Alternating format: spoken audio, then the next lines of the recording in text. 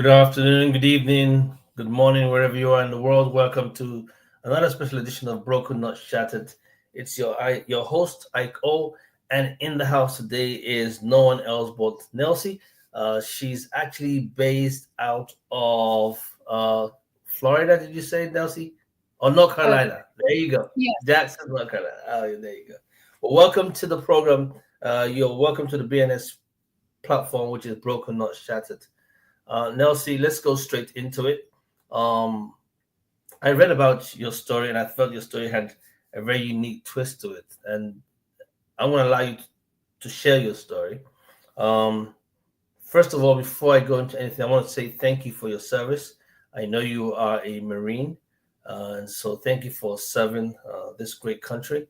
And we truly appreciate the work that you do. So thank you again for your service to the nation of the United States.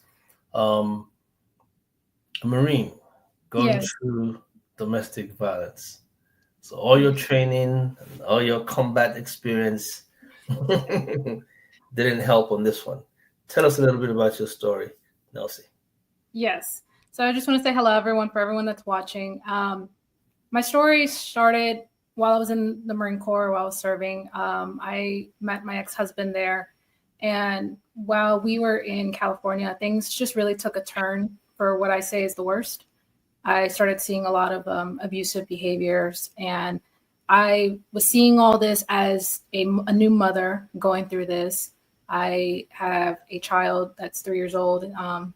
He's the world. He means the world to me. But going through this, like being a mother and going through domestic violence, was just very shattering, and I didn't know how to navigate this because I just didn't know what I was dealing with. Like at the time, I wouldn't have defined it as domestic violence. I would have just said maybe he just gets mad sometimes, or he acts very aggressive when he's upset. Like I wouldn't have said, "Oh, this is domestic violence." So, um, sorry, I lost my train of thought. At what point did you? No, that's fine. That's fine. So, at what point did you now realize that it was domestic violence? And why did you stay? Yes. So I think the point that it really took a turn was December of 2023. I There was a lot going on in that time frame where my son started showing signs that he was on the spectrum, and it was just hospital visits in and out of the doctor's office. He had a lot of medical issues going on. And during this time frame, I found myself that I was raising my son alone.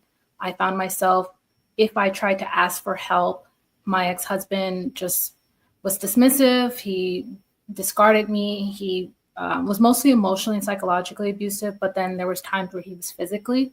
And there was an incident in December of 2023. He got removed from the home.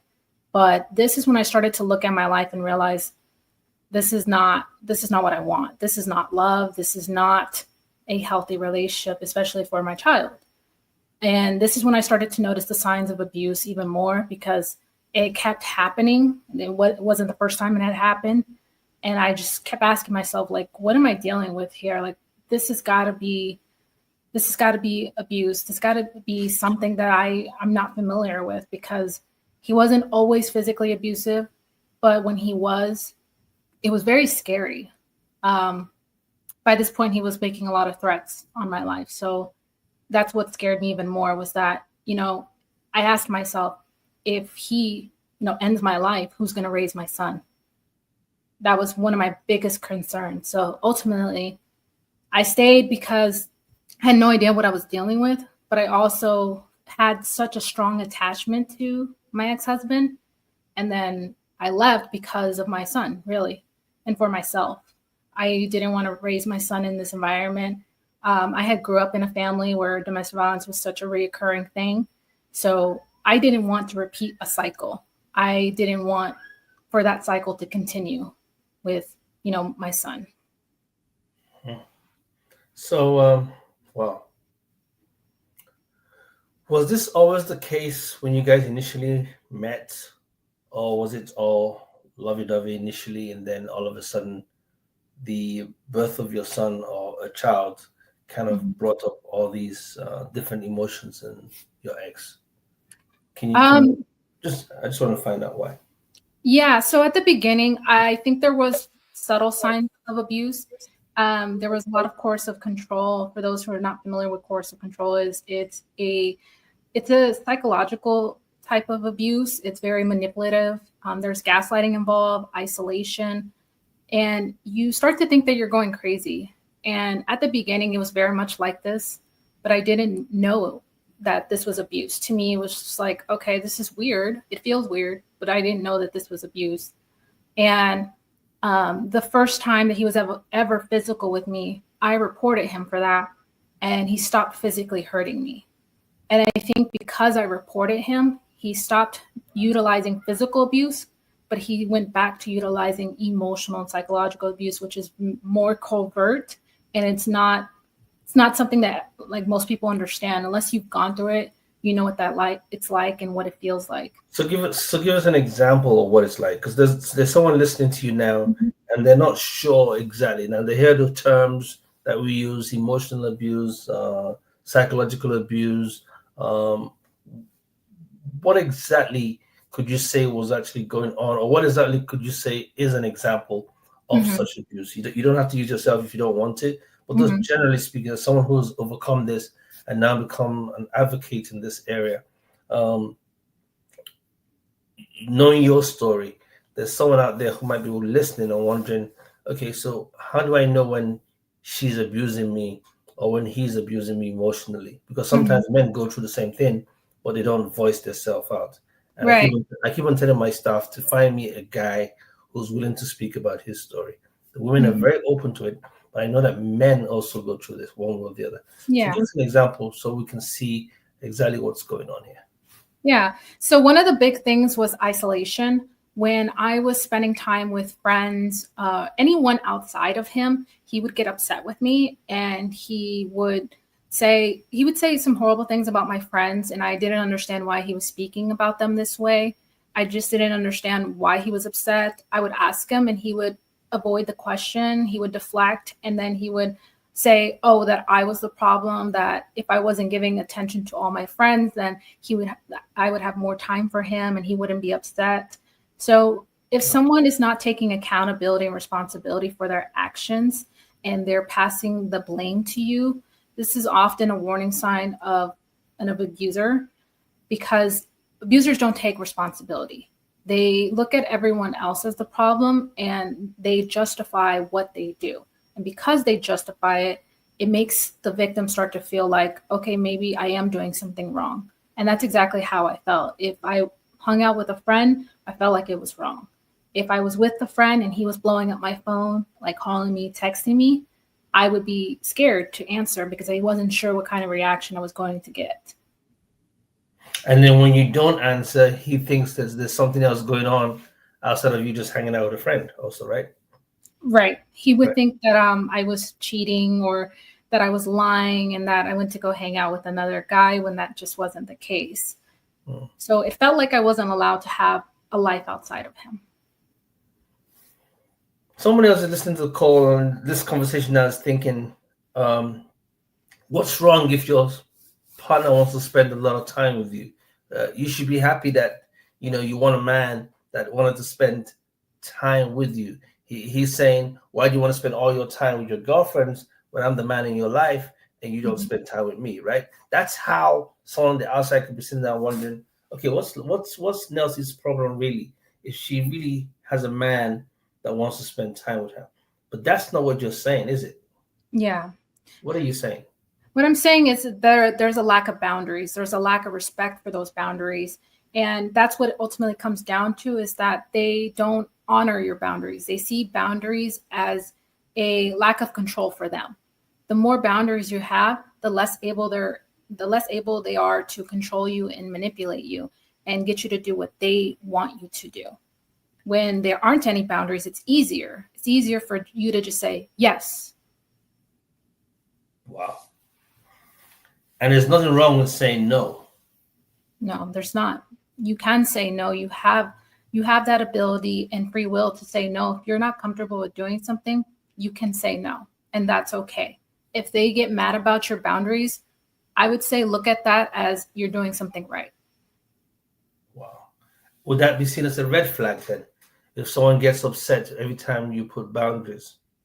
Absolutely. It would be a huge red flag. And I wish that was something that I would have known at the beginning, but it just wasn't something that registered as, oh, this is not right. To me, that was normal. And why was it normal for you then? It was normal for me because I grew up in this environment. I grew up in a family where domestic violence had been occurring for such a long time, dating back to my grandmother and then my mother. So my first idea of love was unsafe. It wasn't secure. Boundaries are to be crossed. Oh, well, that's interesting. And then there's a baby. Mm. He Yes. comes into the picture. Yes. I want to believe that the abuse started before the baby was born. Absolutely. Correct. But then there's a baby now. And this beautiful child is here. You're finding out that some things are not, his developmental stages are not the same as what most people would consider normal. Mm-hmm. And there's a diagnosis of autism. Yes. How did you able to navigate that? Because I know it's challenging when most parents find out. Was he supportive? Was he involved? What was it? How was it? What happened? So, December 2023, my son had been in and out of like hospital visits and medical appointments. He was just being seen for so many different things, and I couldn't understand what was going on with him. There was, sensory issues, but there was also medical issues going on. And finally, I came to the conclusion, like, okay, it's time. He needs to get evaluated. Something's going on with him. So he gets evaluated, but throughout this whole process, as a mother, I was terrified because I didn't know what I was dealing with. I had no idea that, my son, it just sees the world differently, and that's okay. Mm-hmm. As for my ex-husband, he wasn't okay with this. He saw it as a bad thing. And just because your child sees things differently doesn't mean it's a bad thing. But he did not accept the diagnosis. So it made this even more challenging for me because I knew in my heart what was going on. I knew in my heart that something was different about our son. But then I have my ex-husband in my ear saying, he's fine, nothing's wrong with him. And eventually my son did get diagnosed, and we started navigating that through therapies, getting him the help that he needed to regulate and be able to function. Because there's a misconception that children on the spectrum or adults, period, that are autistic, that they can't function. And it's just not true. They have so many gifts, I would say, and they're so extraordinary. So true. So true. Yes. So true. Thank you for saying that. And I always get emotional when I think about it because my child is very extraordinary, and I wish people would see that, but there's always this stigma of like, they can't function on their own, which is not true. Yeah, it's a big stigma. I just wrote an article recently. At least in this part of the world, we're embracing it. There's some parts of the world where they still see it as a nightmare. They see it as a curse. They see it as witchcraft or voodoo, mm-hmm. or some crazy stuff that is not there. But thank you for actually advocating for every child and every adult just now when you said, they just see the world differently. And that's what it is. It's just a different ability and not mostly a disability. So you're navigating this. You're going through motherhood. You're going through a relationship that seems to be very toxic and is falling out of balance. How were you able to cope? Before you answer that, let's take a quick break. And when we come back, we'll go into the coping mechanism that you had, because that will help somebody else. Okay. All right.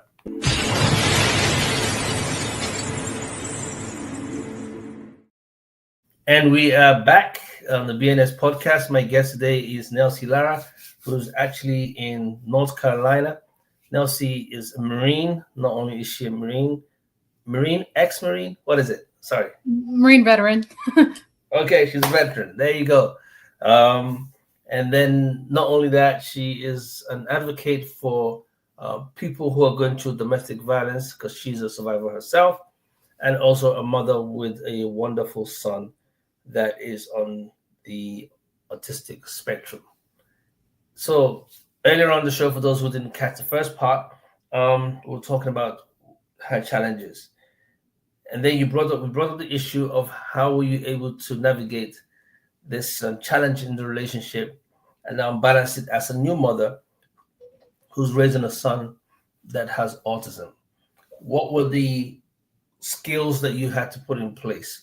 What would you tell that mother who's going through? Now, before we go into that, I've noticed this, and this is just because my day job puts me in a position where, as a CEO of an organization that works with children and adults with autism and works with families all the time, I've noticed for some reason that the men find it difficult to embrace the diagnosis.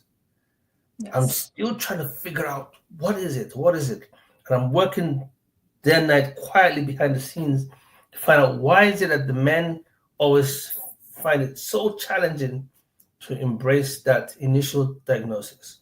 But the mothers quickly embrace it and start to run with it. It always creates a big divide in the home.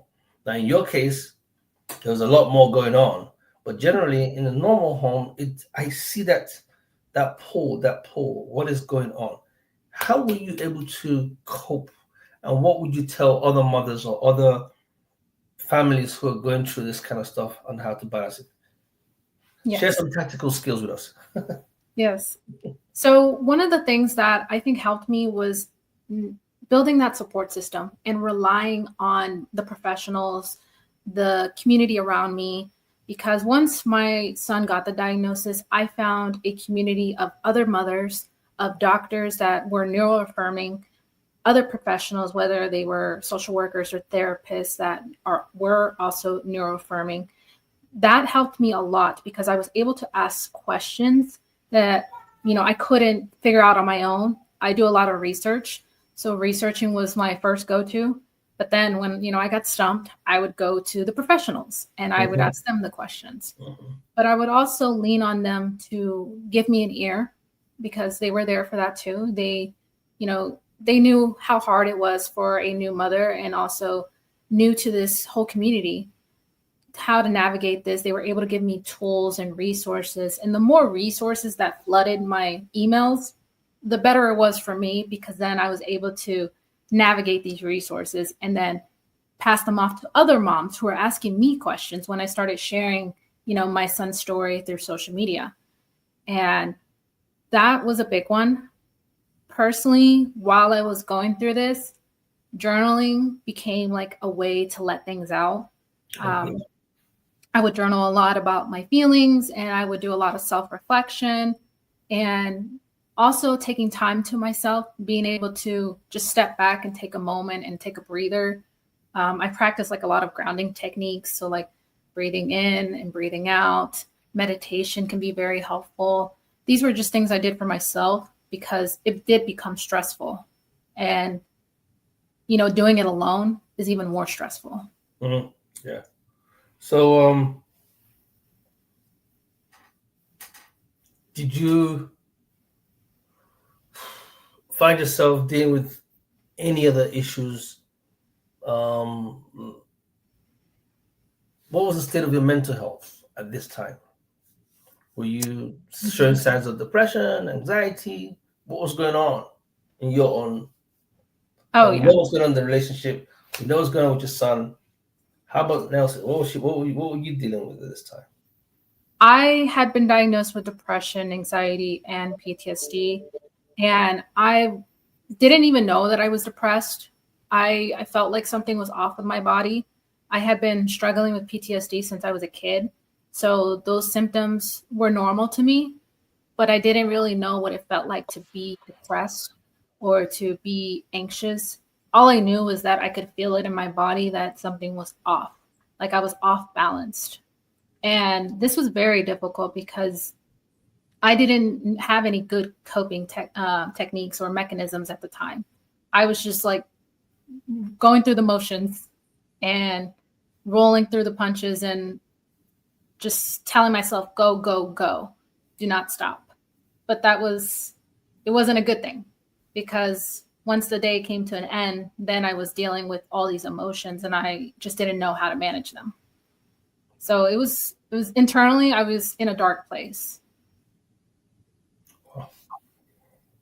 PTSD as a child, how does that, tell us more about on that? Because I would have thought, okay, this is something you picked up while serving in the Marine. But you're saying to us that it wasn't that you had it as a child. Yes. Can you share some more if you don't mind? Oh, yes. Yeah. So a lot of people think that PTSD is directly related to like a war or seeing like, someone passing in front of them. But no, it can be related to any kind of traumatic event. And it can be like a car crash and you get PTSD from that. It can be from losing a family member, and you don't have to be the one who directly sees it, but you can develop PTSD symptoms from this. For me, I had experienced a lot of trauma as a child. So these symptoms started to develop when I was 9 years old. That's when I remember they first started happening. I was having like nightmares, flashbacks. I was very irritable. My emotional regulation just was very poor. I couldn't regulate myself.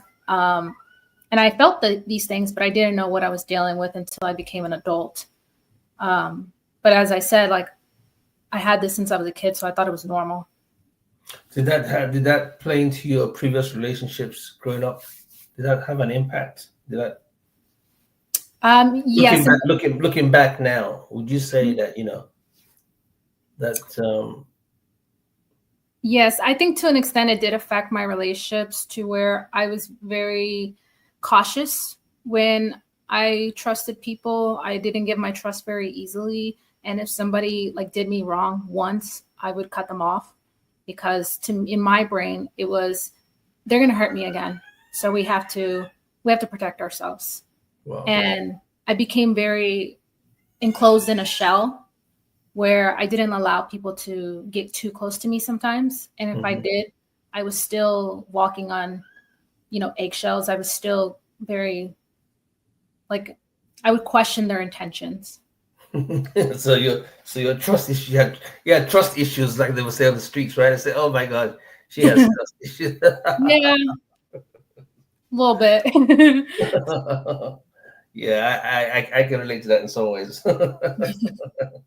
Okay, great. Okay, so what's going on now? You're using your platform, your experiences, and you're speaking to people all over the world. Right now, you're talking to an audience that is global. So that's a good experience. How's that coming along, and how's that working? I think it's been something to navigate. Just like with any new territory and environment, you don't know what's going to happen, but now I'm in a place where I have a lot of confidence in myself, and I build so much resilience emotionally and physically, and I take risk. I'm not, fearful of what might happen. I just go with it. And I'm very open to new relationships, platonic ones. I am very open to just. Why was the emphasis on platonic ones? Because I emphasize that because personally, I'm just not looking for anything. And I've had, people come to me, try to take their shot, and I'm just like, no, I'm okay. Thank you. So is that based on where you're coming from, or is it just where you are right now? What is going on? It's just where I'm at right now. I really think that I'm in a place where I still need to grow as a person. And so I think the way that we grow is learning from others. I think that when other people share their story, and when you meet new people and you learn who they are and they learn who you are, you guys can grow together. And people that match your energy are going to uplift you. So if that's the case, and I agree with you to some extent, you're advocating, telling people, hey, beware of this. You don't have to stay in this. You can overcome this. but then you're shutting yourself out personally. You are not as open. You're not opening yourself up. How do you mean? So you're saying you're advocating, right? So Mhm. in your advocacy, you're telling people what to be aware of, what to expect, how to get out of bad situations, which is very important.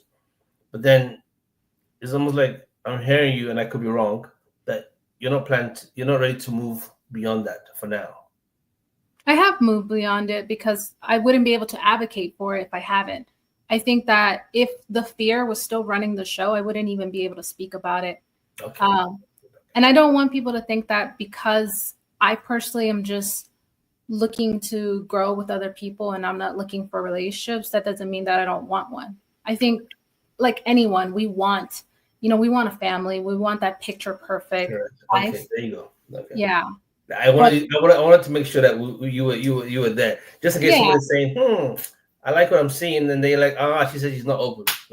But yes, you've Yeah. clarified what it is. Nelsie, it's been a pleasure talking to you. As we wrap up the show, I'd like you to look in the camera and just speak directly, whatever is on your heart, to that woman, that man who might be going through what you went through or something similar to that, and just take a few moments, as much as you can, just speak to them directly, encourage them, inspire them, and then we'll go into the next thing. Okay. Well, for all the people that are watching, I just want to remind you that you are the inspiration in your story, that you are enough. You are extraordinary. You are the power in your story. You have a voice, and that voice matters. And you don't have to go through whatever it is you're going through alone. There are a community of people that be right there to jump when you say jump. And I know right now it could seem difficult, it can seem impossible, but I think as long as you have faith, nothing is impossible. Wow, that's powerful. And I completely agree with you on that note. As long as you have faith, nothing is impossible. So there's something we normally do as the show wraps up, right? You have to give a drop-off question. And that drop-off question goes to whoever is coming on the show next. Whoever is coming on the podcast, you don't know who they are. Just think about something and say, and put that question across to them. And so when they come onto the show, before they end, that will be the question that we'll have to ask them. And then they will drop off another show. Now, in this case, I was the last guy on my show, so there was no drop-off question for you. But here you are today now. Give us a drop-off question and let us know any question that's on your mind that you would like to ask our next guest, regardless of whoever they are, he, she. Okay. My question would be, if you had to give the reason of your why, of why you do what you do, of why you move the way you move, and why you are the way you are, what would it be? So the question again is, if you were to say why, the why of your life. Get cut off. Are you there? You still there? Do we have you? Oh, the service. Yes. Yes, yeah, I'm here. There was a little drawback here. I noticed that. So the question again was, if you're asking whoever our next guest is, why do you do what you do, and why do you make decisions? What is your why? Was that the question? Yes. Okay, good. Okay, so that's it. So what is your why? Why do you do what you do? And what's the why behind all your decisions? That's a very powerful question. I guess most of us don't even know why, but I know why I started this podcast, and that's a story for another day. Because if I start, we'll be here for another 1 hour, if not 2 hours, having this conversation of why I started this podcast and why I still do it. Sometimes I feel like, you know what, I'm tired, I'm exhausted, move on to something else. But I keep on hearing that small voice that I heard the first time, that you are broken, but you're not shattered. So I need you to rise up from the ashes and use your creative platform that would give voice to the voiceless and hope to the hopeless. And so I hope that your story has given hope to someone who's watching, and has given. Thank you for the voice that you've given to our audience, and thank you for finding your voice. I wish you well in your journey, and believe it or not, I also wish your ex well in his journey. So at the end of the day, and most especially your son, please send a big love to us. Follow us on our platform, and you see us what we do. It's called at Autism Ally Group. At Autism Ally Group, yeah. And even now and then we can bring you in to chime in or say something, or we can do something special with you that you can use to encourage other parents. We have a peer mentoring platform where we have parents from all over the world just log in virtually, and you could be one of our guests and just share your stories. And that's amazing. Thank you so much for taking out time. It's been a joy. As we wrap up the show in our famous 3 words for all our audience who are following us on a regular basis, we ask at this particular time, please go ahead and like, subscribe on all our platforms, especially our YouTube buttons. Just hit the like button. Statistics are showing that most of you that watch this show have not subscribed yet. And so we would like more people to subscribe. And the more you subscribe, the more you like and notify us. Also, we'll keep on bringing great people. We've done this for almost 4 years, and hopefully we're not going anywhere soon. So in our special 3 words, love, peace, and more grace, we want to say thank you for our BNS family, and thank you for our special, wonderful guest. Thank you for your service again. Thank you for having me. Thank you. Thank you for being a blessing to us. And that's a wrap. See you same time next week. Bye, Nelsie. Take care. Bye. Bye-bye. We're done. Okay. All right. Thank you.